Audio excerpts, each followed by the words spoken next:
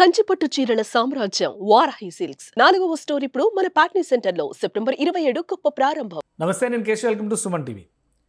Bharat America ఒకప్పుడు బలమైనటువంటి బంధం ఉన్న మిత్ర దేశాలు, కానీ ఇప్పుడు ఒక్కొక్కటిగా అన్ని పటాపంచలు అవుతూ దూరం పెరుగుతోంది అనేటువంటి సంకేతాలు కనిపిస్తున్నాయి. ఈ అంశాలని విశ్లేషించేటువంటి ప్రయత్నం చేద్దాం. మనతో పాటు ప్రముఖ ఎన్ఆర్ఐ అడ్వకేట్, అక్కడ అటార్నీగా సుదీర్ఘ అనుభవం ఉన్నటువంటి కావేటి శ్రీనివాస్ గారు మనతో పాటు లైవ్లో ఉన్నారు. శ్రీనివాస్ గారు నమస్తే అండి. నమస్కారం సార్. సగటు అమెరికన్ మనస్తత్వ స్థితి ఏంటి ఇప్పుడు? ఎలాన్ మస్క్ తీసుకున్నటువంటి నిర్ణయం, ప్రతిసారి మనం ఇండియన్ పర్స్పెక్టివ్లోనే మాట్లాడుతున్నాం, బట్ లోకల్గా అక్కడ ప్రభుత్వం తీసుకుంటున్నటువంటి నిర్ణయాలు స్థానిక అమెరికన్లకి మేలు చేస్తున్నాయా, ఇబ్బంది కలిగిస్తున్నాయా? ఎందుకంటే ఇప్పుడు ఫర్ ఎగ్జాంపుల్ ఈ ఫార్మాదే చూస్తే రేట్లు రేపు పడితే ఎఫెక్ట్ పడేది అమెరికన్స్కి అనేటువంటి మాట వస్తుంది. అలానే సర్వీసెస్ విషయంలో కానీ, ఇండస్ట్రియలైజేషన్ విషయంలో కానీ, రకరకాల ఆర్థిక కార్యకలాపాల్లో కానీ ఈ నిర్ణయాలు అమెరికాకి ఎంతవరకు మేలు చేస్తాయి?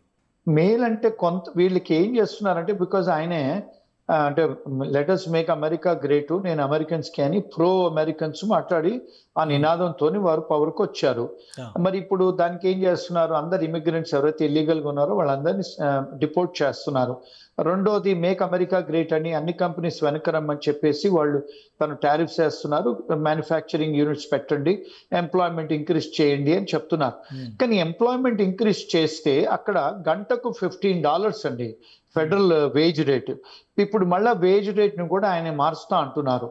మరి ఒకవేళ $15 గంట కంటే, మరి ఇప్పుడు మనకు ఇండియాలో మ్యానుఫ్యాక్చర్ అయిన ఫార్మాస్యూటికల్స్ బోర్డ్ అన్ని వస్తువులు చైనాలో మ్యానుఫ్యాక్చర్ అయినాయి కనుక తక్కువ రేట్లలో మేము అమెరికాలో కొనుక్కోగలుగుతున్నాం. మరి అవి అమెరికాలోనే మ్యానుఫ్యాక్చర్ అవుతే, ఇప్పుడు మీకు సింపుల్ ఎగ్జాంపుల్ అండి, టిష్యూ పేపర్ ఉంది, టాయిలెట్ పేపర్ మేము వాడతాం. ఆ టాయిలెట్ పేపర్ అన్ని కూడా చైనాలో మ్యానుఫ్యాక్చర్ అవుతాయి. ఆ టాయిలెట్ పేపర్ ఏదో $2 $3 కొనుక్కుంటాం. మరి ఒకవేళ మీరు అదే టాయిలెట్ పేపర్ అమెరికాలో మ్యానుఫ్యాక్చర్ అవుతే గంటకు $15 పెట్టి మేము అక్కడ మ్యానుఫ్యాక్చరింగ్ చేసుకుంటే టాయిలెట్ పేపర్ $2-3 వస్తుందా అండి? $30-40 $50 వస్తుంది. అది సాధ్యమా మాకు కొనుక్కోవడానికి? అవ్వదు కదా. అలాగే చాలా ఇండస్ట్రీస్ మీద ఎఫెక్ట్ అవుతుందండి. అది అంటే మరి ఆయనకు ఎకనామిక్ అడ్వైజర్స్ ఎవరున్నారో మనకు తెలియదు. Economically it's not feasible.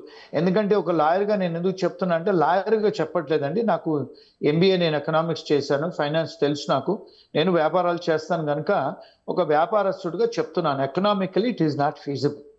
Right. సరే, ఈ Elon Musk versus Donald Trump ఈ కథ ముగిసింది, ఇద్దరు మళ్ళీ ఫ్రెండ్స్ అయిపోయారు అంటున్నారు. ఏం చెప్తారు దాని గురించి? ఎందుకంటే ఇప్పుడు ఎలాన్ మస్క్ కు చాలా బిజినెస్లు ఉన్నాయి అక్కడ. మరి వారు ఫ్రెండ్షిప్ చేయకపోతే ఆయన మీద కూడా టారిఫ్స్ వేస్తా అంటున్నారు. ఆయన కూడా నేను డిపోర్ట్ చేస్తా అని గతంలో మా ప్రెసిడెంట్ గారు చెప్పారు. మరి ఇప్పుడు వారి ఇప్పుడు ఈ వెహికల్స్ అన్నిటి మీద కూడా టారిఫ్స్ వేశారు, ట్యాక్సులు వేశారు. వాళ్ళకి ఇచ్చే బెనిఫిట్స్ ఇవ్వనంటున్నారు. మరి ఇప్పుడు రేపు ఆయన రాకెట్లు కూడా మ్యానుఫ్యాక్చర్ చేస్తున్నారు, అన్ని చేస్తున్నారు. మరి డెఫినెట్ గా రాజీ అవ్వాల్సిందే కదండి ఆయన. లేకపోతే ఇప్పుడు ఆయన కూడా ఇమిగ్రెంటే కదండి, సౌత్ ఆఫ్రికా నుంచి వచ్చిన ఇమిగ్రెంట్, స్టూడెంట్ గా వచ్చాడు, H1 చేసుకొని గ్రీన్ కార్డ్ సిటిజన్షిప్ అయ్యారు.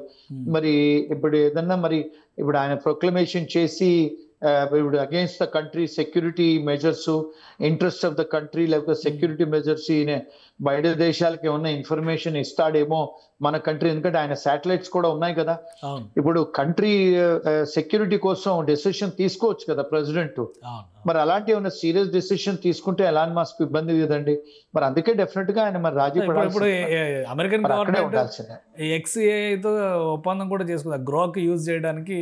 చాలా 18 నెలలు యూజ్ చేయడానికి సింపుల్ కాస్ట్తో ఒక ఒప్పందం కుదిరింది. ఇద్దరు పాజిటివ్గా మాట్లాడుకుంటున్నారని ఆల్రెడీ సోషల్ మీడియాలో వచ్చేస్తుంది అదంతా. సో అంటే సమస్య పోయినట్టే, కానీ అమెరికా పార్టీ అని చెప్పని కూడా కొంచెం హడావుడి చేశారు ఎలాన్ మస్క్. సో ఇవన్నీ కూడా వెనక్కి వెళ్ళిపోయి మళ్ళీ ఇద్దరు ప్రయోజనాలు, దేశ ప్రయోజనాలు అనే నినాదంతో ముందుకు వెళ్ళే అవకాశం ఉంటుందా? ఉంటుందండి, డెఫినెట్గా ఉంటుంది. ఎందుకంటే మా అధ్యక్షుల వారితో ఎవరు కొట్లాడుకోలేరండి. ఎందుకంటే ఆయన గతంలో ఆయన లాయర్లు, ఆయన అకౌంటెంట్లు, ఆయన అందరూ లోపల పైన కూడా ఆయన పట్టించుకొని అన్నాడు, నాకేం తెలియదు అన్నారు. సో వారు అంటే తను ఈజ్ సెల్ఫ్ సెంటర్డ్, కంట్రీ కోసం ఆలోచిస్తున్నారని చెప్తున్నారు. బట్ మరి మనందరం ఇమిగ్రెంట్సే కదండి. మరి అక్కడ చాలా బిజినెస్ ఇంట్రెస్ట్ ఉన్నాయి కదా ఎలాన్ మస్క్ కు. సో ఆయన రాజీ పడాల్సిందే, పడితేనే జరుగుద్ది, లేకపోతే అవ్వదండి. Right. Right. Thank you Kaveri Srinivas గారు విశ్లేషణ అందించినందుకు. ఇది అమెరికా ప్రభుత్వం తీసుకుంటున్నటువంటి అనేక నిర్ణయాలు అమెరికాకు మేలు చేసే విధంగానే అడుగులు వేస్తున్నట్టుగా డొనాల్డ్ ట్రంప్ విశ్లేషిస్తున్నారు. అయితే కొన్ని సమస్యలు ఎదురవుతున్నాయి వ్యాపారపరమైనటువంటి భాగస్వామ్యాల విషయంలో కావచ్చు. ప్రధానంగా ప్రభుత్వం ఎదుర్కొంటున్నటువంటి ముఖ్యమైన సమస్యలు ఇమ్మిగ్రెంట్స్ నుంచి ఎదురవుతున్నటువంటి వ్యతిరేకత. వీటన్నిటిని ఓవర్కమ్ చేసే దిశగా డొనాల్డ్ ట్రంప్ మళ్ళీ ప్రయత్నాలు ప్రారంభించారు. ఇక ఫార్మా రంగం పైన వేసినటువంటి 100% సుంకాలు మాత్రం సగటు అమెరికన్లకి ఇబ్బంది కలిగించే అవకాశం ఉందని కావేరి శ్రీనివాస్ గారు విశ్లేషిస్తున్నారు. ఇది స్పెషల్ డిస్కషన్. Keep watching.